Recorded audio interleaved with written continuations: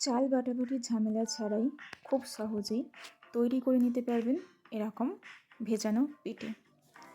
দুধে ভেজানো পিঠে এমনিতে খেতে খুবই সুস্বাদু হয়, তবে আজকে সুজি দিয়ে এইভাবে দুধে ভেজানো পিঠে তৈরি করে দেখাবো, যেটা কিন্তু খেতে খুবই সুস্বাদু হবে আর খুব সহজেই সকলেই এই পিঠে তৈরি করে নিতে পারবে এবং খেতেও কিন্তু খুবই সফট হবে, খুবই নরম, স্পঞ্জি এবং সুস্বাদু এই পিঠে। চলুন তাহলে কথা না বাড়িয়ে আজকের রেসিপিটা শুরু করে নেওয়া যাক। নমস্কার বন্ধুরা, আমি প্রতিমা। নতুন একটা পর্ব দেখার জন্য সকলকেই স্বাগত জানাই। প্রথমে এর জন্য একটা পরিমাণ মতো কাপ আমি নিয়েছি, দিয়ে দিলাম 1 কাপ পরিমাণ সুজি এবং যে কাপে আমি সুজি দিয়েছি সেই কাপেরই হাফ কাপ পরিমাণ চিনি আমি দিয়ে দিলাম। এখানে মিষ্টিটা অবশ্যই কিন্তু নিজের পছন্দ মতো দিতে পারেন। এবার দিয়ে দিলাম দুধ। এখানে 2 কাপ, 1 কাপ সুজিতে আমি 2 কাপ দুধ দিলাম।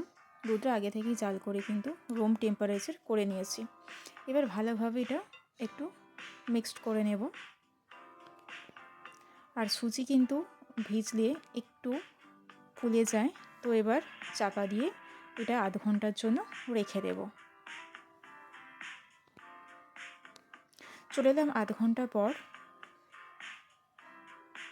সুজিটা এবার একটু নেড়ে নিচ্ছি।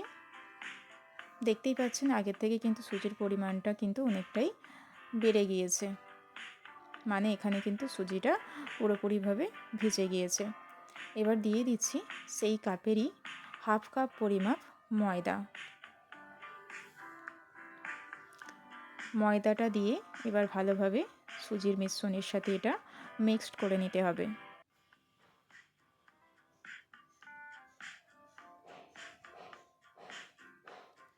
ময়দাটা আমি ভালোভাবে মিক্সড করে নিয়েছি, দেখতেই পাচ্ছেন। এবার দিয়ে দিচ্ছি স্বাদ মতো নুন এবং দিয়ে দিচ্ছি 1 চামচ পরিমাপ বেকিং পাউডার। অবশ্যই কিন্তু এখানে বেকিং পাউডারটা ইউজ করতে হবে, বেকিং সোডা ব্যবহার করলে কিন্তু হবে না। এবার বেকিং পাউডার দেওয়ার পরে ভালোভাবে পুরোপুরি মিক্সড করে নেব। বেকিং পাউডার দেওয়ার পর কিন্তু বেশিক্ষণ নাড়াচাড়া করার দরকার নেই, মেশানোর প্রয়োজন হবে না।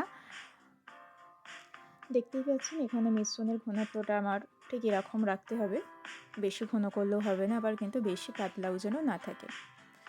এবার অন্যদিকে আমি একই সাইজের কিন্তু 3টে বাটি নিয়েছি।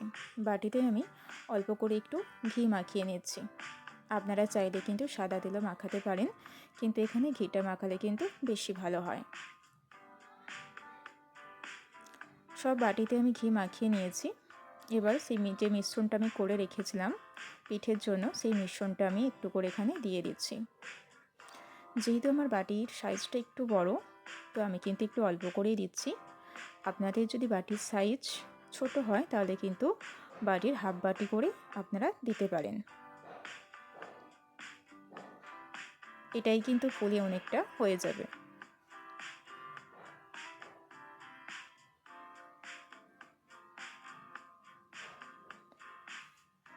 তবে সমস্ত বাটিতে সুজির মিশ্রণটা দিয়ে দিয়েছি, পিঠে করার জন্য রেডি করে নিয়েছি। এবার এইভাবে কিন্তু একটু ঠুকে দিতে হবে যাতে ভিতরের বাতাসটা বেরিয়ে আসে। অন্যদিকে আমি আগে থেকেই গ্যাস অন করে একটু জল গরম করে নিয়েছি, তাতে একটা স্ট্যান্ড দিয়ে এবার আস্তে আস্তে কিন্তু বাটিগুলো বসিয়ে দিচ্ছি। তো এখানে আমরা 2টো বাটি আমি বসাতে পারলাম। এবার একটা ঢাকা দিয়ে এটাকে রেখে দেব 10 থেকে 15 মিনিটের মতো। দেখুন চলে এলাম আমি 15 মিনিট পর।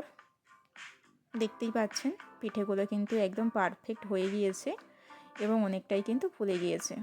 এবার আমি দেখিয়ে দিচ্ছি, দেখতেই পাচ্ছেন একটুও কিন্তু বেরিয়ে আসছে না, মানে এইভাবে কিন্তু দেখলেই বোঝা যাবে যে হয়ে গিয়েছে কিনা। যদি না হয় তাহলে কিন্তু আর 5 মিনিট এটা রেখে দিতে হবে। এবার বাটিগুলো আমি তুলে নিলাম, তুলে ঠান্ডা হতে দিলাম। অন্যদিকে আমি গ্যাস অন করে দুধটা কিন্তু আমি আগে থেকেই জাল করে নিয়েছিলাম। এবার দিয়ে দিচ্ছি 4টে এলাচকে আমি গুঁড়িয়ে নিয়েছি, এলাচের দানা 4টি এলাচের দানাকে বার করে আমি গুঁড়িয়ে নিয়েছিলাম, সেটা কিন্তু দিয়ে দিলাম দুধের মধ্যে। এতে কিন্তু এই দুধের যে সুগন্ধটা খুব সুন্দর আসবে এবং খেতেও কিন্তু খুবই ভালো লাগবে। এবং দিয়ে দিলাম গুড় দিলাম এখানে। অবশ্যই এখানে মিষ্টিটা কিন্তু নিজেদের পছন্দ মতোই অ্যাড করবেন, কম বেশি করে নিতে হবে। গুড়টা আমি কিন্তু একটু ভেঙে ভেঙে দিয়েছি যাতে খুব তাড়াতাড়ি মিশে যায়। অবশ্যই কিন্তু গুড় দেওয়ার আগে কিন্তু গ্যাসটা কিন্তু অফ করে দিতে হবে। গ্যাসটা অফ করেই গুড়টা দিতে হবে, তাতে কিন্তু দুধটা কেটে যাবে না। দেখতেই পাচ্ছেন আমার গুড়টা কিন্তু অনেকটাই গলে গিয়েছে।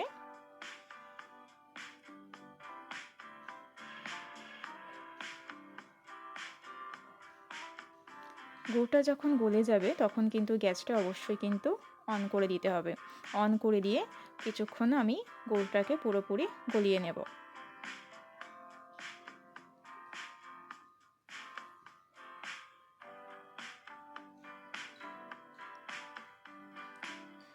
কিছুক্ষণ সময় নিয়ে কিন্তু আমি দুধটাকে জাল করে নিয়েছি। গুড় দেওয়ার পর কিন্তু বেশিক্ষণ রাখার প্রয়োজন হবে না।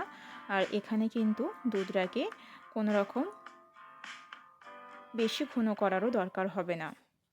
গুড় দেওয়ার পর একটু ফুটে গেলেই কিন্তু হয়ে যাবে। অন্যদিকে যে পিঠেগুলো আমি ঠান্ডা করতে দিয়েছিলাম, সেই পিঠেগুলো হাতে করে এইভাবে একটু নাড়াচাড়া করে তুলে নিলেই দেখতে পাচ্ছেন কত সুন্দর উঠে গিয়েছে পিঠেগুলো। এবার পিঠেগুলো আমি একটা বাটির মধ্যে সাজিয়ে নিচ্ছি। দেখতেই পাচ্ছেন কত সুন্দর হয়েছে পিঠেগুলো।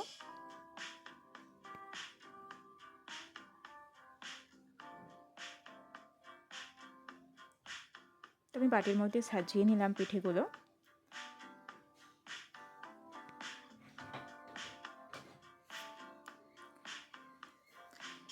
এরপর যে দুধটা আমি তৈরি করে রেখেছিলাম সেটা কিন্তু গরম অবস্থাতেই পিঠের মধ্যে এইভাবে দিয়ে দিতে হবে। এইভাবে দুধে ভিজতে দিয়ে রাখতে হবে 1 থেকে 2 ঘন্টার মতো, তাহলেই কিন্তু দুধটা পিঠের মধ্যে পুরোপুরি অ্যাবজর্ব করে যাবে। আর যদিও কিন্তু এই পিঠেগুলো ভিজতে দিয়ে রাখার জন্য 1-2 ঘন্টা সময় কিন্তু কেউই দিতে পারবে না, এতটাই সুন্দর খেতে এটা। দেখতেই পাচ্ছেন কতটা সুন্দর হয়েছে পিঠেগুলো, একদম নরম সফট হয়ে গিয়েছে পিঠেগুলো দুধে ভেজে।